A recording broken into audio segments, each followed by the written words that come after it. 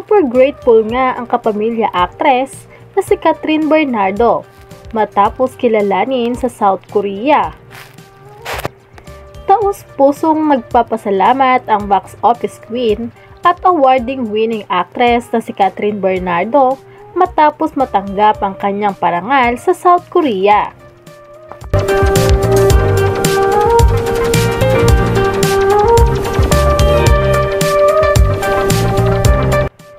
Para nga sa mga hindi pa masyadong knows, nagwagi siya ng Outstanding Asian Star Award sa Seoul International Drama Awards para sa kanyang mahusay na pagganap sa ABS-CBN drama series na Too Good to Be True.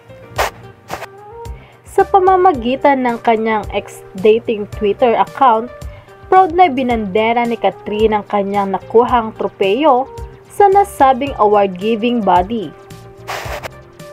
From the bottom of my heart, maraming salamat po.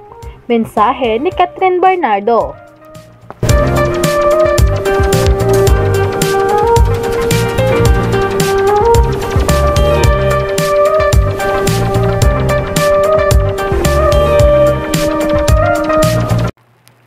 Nangyari nga ang awarding ceremony noong nakaraang araw, kung saan nagkaroon ng pagkakataon ng actress na ihayag ang kanyang acceptance speech. Ayon sa award-winning actress, ang kanyang natanggap na parangal ay dedicated para sa staff at crew ng nasabing 2022 TV show, pati na rin sa mga nurse at healthcare workers. Magugunitang ang naging role ni Catherine sa serye ay bilang Allison, isang nurse na nag-aalaga sa mga matatanda na may Alzheimer's disease. I fell in love with this project not only because of its storyline. It's always been more than just sharing a love story, but also spreading awareness on Alzheimer's disease and educating people about those who struggle with it and how we can offer them the best support they need, say pa nito.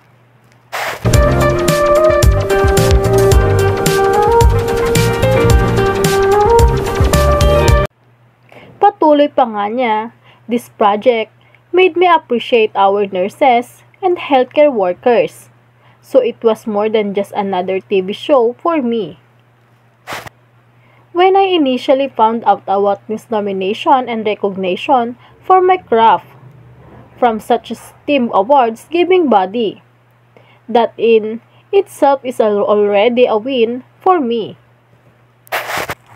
Kasunod niyan ay pinasalamatan na niya isa-isa ang team na gumawa ng nabanggit na serye.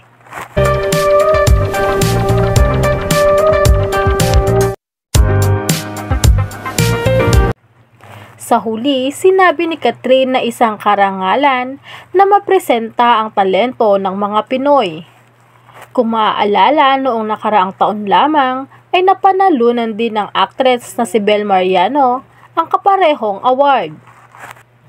Pero bago sila ay naunan ng nagwagi ng Outstanding Asian Star, ang mga award-winning Kapuso stars na sina Alden Richards noong 2019 at Dingdong Dantes noong 2020.